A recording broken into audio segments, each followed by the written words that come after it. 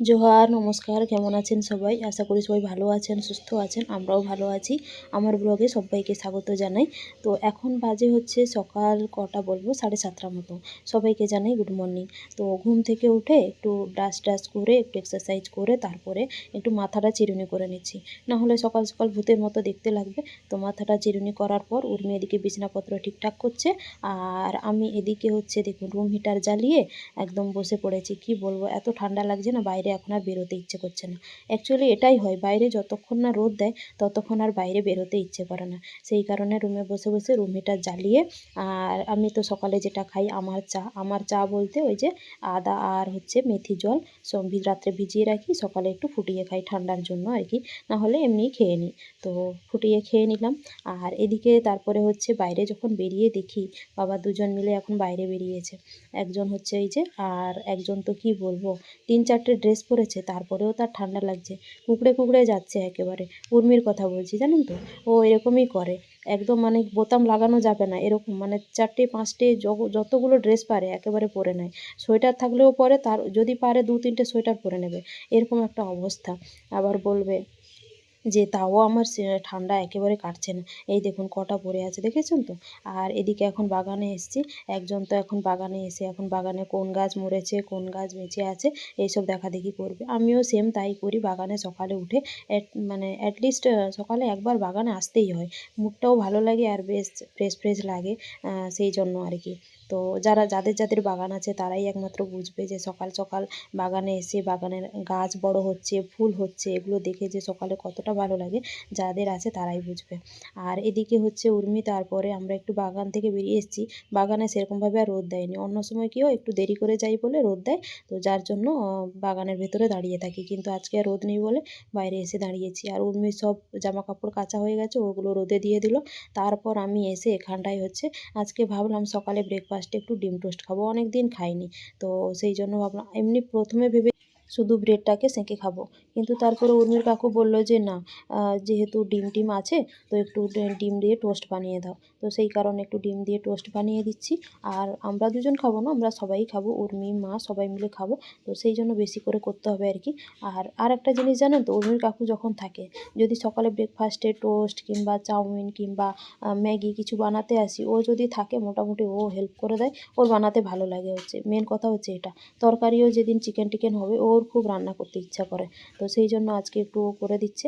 আর তারপরে আমাদের জন্য কয়েকটা ভেজে নিয়েছি, বাদবাকি কয়েকটা হচ্ছে আর একটা বাকি আছে, ওটা উর্মি ভেজে নিচ্ছে ব্রেডগুলো সেকে। আর আমি ততক্ষণে একদিকে হচ্ছে সস যেগুলো ছিল সসগুলো একটু মেখে নিচ্ছি, তারপর হচ্ছে খাবো। আর সকালে ব্রেকফাস্ট তো মোটামুটি কমপ্লিট হয়ে গেছে। এখন চলে এসেছি দুপুরে রান্নাবান্না করতে। মাসি আসবে, তবে একটু দেরি হবে আর কি। তো এখন যেহেতু ফ্রি আছি, কী আর করব, রান্নাবান্না না করলে যা হয় আর কি। অনেক দিন থেকে মনে হচ্ছে রান্না করিনি, একদিন দুদিন না রান্না করলেও মনে হয় যেন কতদিন রান্না করিনি। সেই কারণে ভাবলাম যে না, একটু রান্না করতে বসে পড়ি। তো আর এগুলো হচ্ছে আগের দিনের চুনো মাছ ছিল, একদম পুরো টাটকা, নুন হলুদ মাখিয়ে ভেবেছিলাম রাখবো, তারপরে মাসি বললো যে না, এমনিই রেখে দাও, ভালো থাকবে। তো সেই জন্য এমনি রেখেছিলাম। সকালে উঠে এই যে ফ্রিজ থেকে বের করে নুন হলুদ মাখিয়ে দিলাম। এদিকে প্রথমে আমি একটু ঝাল করে নেব, ঝাল বলতে একদম ভাজবো না, মানে একেবারে তরকারিটা রান্না করে দেবো। আমি কীভাবে মাছের ঝাল করি একটু আপনাদেরকে বলি। প্রথমে কড়াইতে তেল দিয়ে, কড়াই গরম হয়ে গেলে ওর মধ্যে একটু শুকনো লঙ্কা, যদি পারি শুকনো লঙ্কা ফোড়ন, আর হচ্ছে 5 ফোড়ন, এটা দিয়ে তারপরে মাছগুলো দিয়ে দিই। তো মাছগুলো আর উল্টোই না, একেবারে ওইভাবে থাকে। মাঝে মাঝে উল্টে দেখি যে এক সাইডটা হয়েছে কিনা। এক সাইডটা হয়ে এলে মাছ ভাজা, আর উল্টাবো না কিন্তু মাছ, ওই এক সাইডটা হয়ে এলেই ওপরে হচ্ছে পেঁয়াজ বাটা যেগুলো থাকে, পেঁয়াজ একটু বেটে নিই অল্প করে, আর অল্প হচ্ছে কুচনো পেঁয়াজ, ওটা দিয়ে দিই। ওপর থেকে কাঁচা লঙ্কা ছড়িয়ে দিই, তারপরে সর্ষে আর রসুন বাটা দিয়ে দিই, তারপরে নুন হলুদ নর্মালি যেগুলো লাগে ওটা দিয়ে দিই। দিয়ে হচ্ছে একটু ভালো করে একটু ভাজতে দিই, যাতে অল্প অল্প একটু পুড়ে আসবে, মানে পেঁয়াজ বলুন, কুচনো পেঁয়াজ বলুন, বাটা পেঁয়াজ বলুন, রসুন বলুন, সর্ষে বলুন, একটু করে হালকা পুড়ে আসবে। পুড়ে আসবে বলতে কি, একটু ভাজা ভাজা হয়ে আসবে। তারপরে আমি হচ্ছে ওপর থেকে জল দিয়ে দিই, ব্যাস। এবারে শুধু ফুটে গেলেই রেডি হয়ে যাবে। ওপর থেকে যদি একটু ধনেপাতা থাকে তো ছড়িয়ে দিলেই হয়ে যাবে। একটু মাখা মাখা করব, বেশ সুন্দর টেস্টি লাগে কিন্তু। তো আমি প্রায় এইভাবেই করি। যখনই চুনো মাছের ঝাল হয় তখন বেশিরভাগই এরকম করে করি। আর একভাবে করি, সেটা হচ্ছে একদম কাঁচা মাছের ওপরে সব মশলা মাখিয়ে ভালো করে কিছুক্ষণ রাখি, তারপর তেলে ফোড়ন দিয়ে তারপরে মাছ দিয়ে দিই, দিয়ে একটু ভাজা করে জল ঢেলে দিই। ওরকমভাবে একটা করি, বাট এটা আমি বেশিরভাগটাই করি আর কি এইভাবেই মনে হয় ওর থেকে বেশি টেস্ট লাগে। যাই হোক, আমার মাছের ঝাল এখানে পুরো রেডি। মনে হচ্ছে কখন খাবো। এরপরে রান্না করব, ফ্রিজ থেকে বের করলাম এই যে গুগলি। কার কার গুগলি খেতে ভালো লাগে বলুন? আমার তো ভীষণ প্রিয়। আমরা যখন বাড়ি টাড়িতে থাকি তখন কিন্তু গুগলি টুগলি প্রায়ই খাই, কারণ আমাদের ওদিকে প্রায়ই পাওয়া যায়, বাট এদিকে সেরকমভাবে পাওয়া যায় না, যার জন্য নিয়ে আসা হয় না। অনেক দিন পর উর্মির কাকু একটু রঘুনাথপুরে গেছিলো ওখানকার বাজারে, তো ওখানে সকাল সকাল গুগলি পেয়েছে, যার জন্য নিয়ে এসছে। এগুলো আজকের নয়, কালকে নিয়ে এসেছিলো, ফ্রিজে রেখে দিয়েছিলাম। সকাল সকাল ভাবছি আজকে একটু রান্না করব। অনেক দিন থেকে খাওয়া হয়নি, কিন্তু বেশ আনন্দে আছি আজকে। আমি চুনো মাছের ঝাল আর হচ্ছে গুগলির তরকারি, আমার তো ভীষণ প্রিয় দুটোই তরকারি। প্রথমে আমি হচ্ছে এখানে কড়াইতে তেল দিয়ে আমি প্রথমে গুগলিগুলোকে নুন হলুদ দিয়ে ভেজে নিলাম। ব্যাস, তারপরে ওগুলো ভাজা হয়ে গেলে তুলে নিলাম। তারপরে আরেকটু ওই কড়াইতেই তেল দিয়ে পাঁচ ফোড়ন, তারপরে হচ্ছে পেঁয়াজ, শুকনো লঙ্কা, কাঁচা লঙ্কা সব দিয়ে ভালো করে ভেজে নিলাম। ভাজার পরে আদা রসুন বাটা দিয়ে দিলাম। এই গুগলি কিন্তু সর্ষে রসুন বাটা দিয়েও রান্না করি, বাট আজকে ভাবলাম যে হচ্ছে একটু আদা রসুন বাটা দিয়ে রান্না করি। সেই জন্য কড়াইতে প্রথম তেল দিয়ে পাঁচ ফোড়ন আর হচ্ছে পেঁয়াজ দিয়ে দিলাম, কুচনো পেঁয়াজ। তো পেঁয়াজ ভাজা হয়ে এলে তার মধ্যে আদা রসুন বাটা দিয়ে দিলাম, দিয়ে ভালো করে একটু কষিয়ে নিয়ে অল্প একটু জল দিয়ে দিলাম। জল দিয়ে তার উপরে পরিমাণ মতো নুন, পরিমাণ মতো হলুদ, পরিমাণ মতো ধনে গুঁড়ো, পরিমাণ মতো জিরে গুঁড়ো দিয়ে এবার ভালো করে কষিয়ে নেব। দিয়ে কষানো হয়ে গেলে একটু জল দিয়ে দেবো, আবার ভালো করে কষিয়ে নেব। জলটা একটু হালকা কমে এলে এবার ওর মধ্যে হচ্ছে পুঁই শাক, ডাঁটা, আলু এটা দিয়ে আজকে রান্না করব। তো ওটাই দিয়ে দিলাম, ভালো করে ধুয়ে টুয়ে নিয়ে। ব্যাস, এবারে এগুলোকে একটু হালকা আঁচে ঢাকা দিয়ে ভালো করে সেদ্ধ করে নেবো আর কি। আর হ্যাঁ, আর একটা কথা বলতে ভুলে গেছি, সেটা হচ্ছে যখন মশলাটা কষানো হয়ে এসেছিলো তখন কিন্তু প্রথমেই আমি গুগলিগুলো দিয়ে দিয়েছিলাম।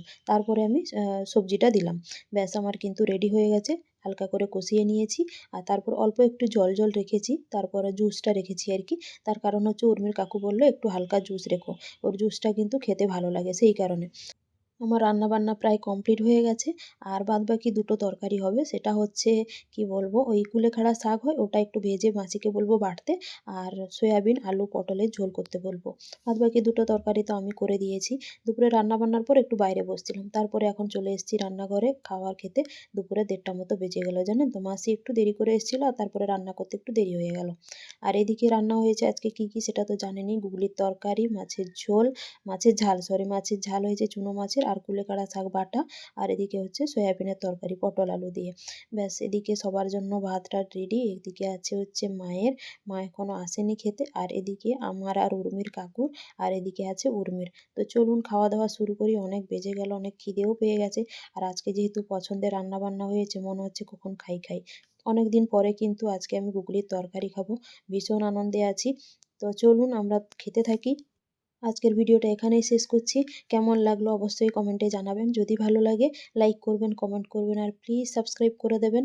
সবাই ভালো থাকবেন, সুস্থ থাকবেন। দেখা হচ্ছে নেক্সট ভিডিওতে। জোহার, নমস্কার, বাই।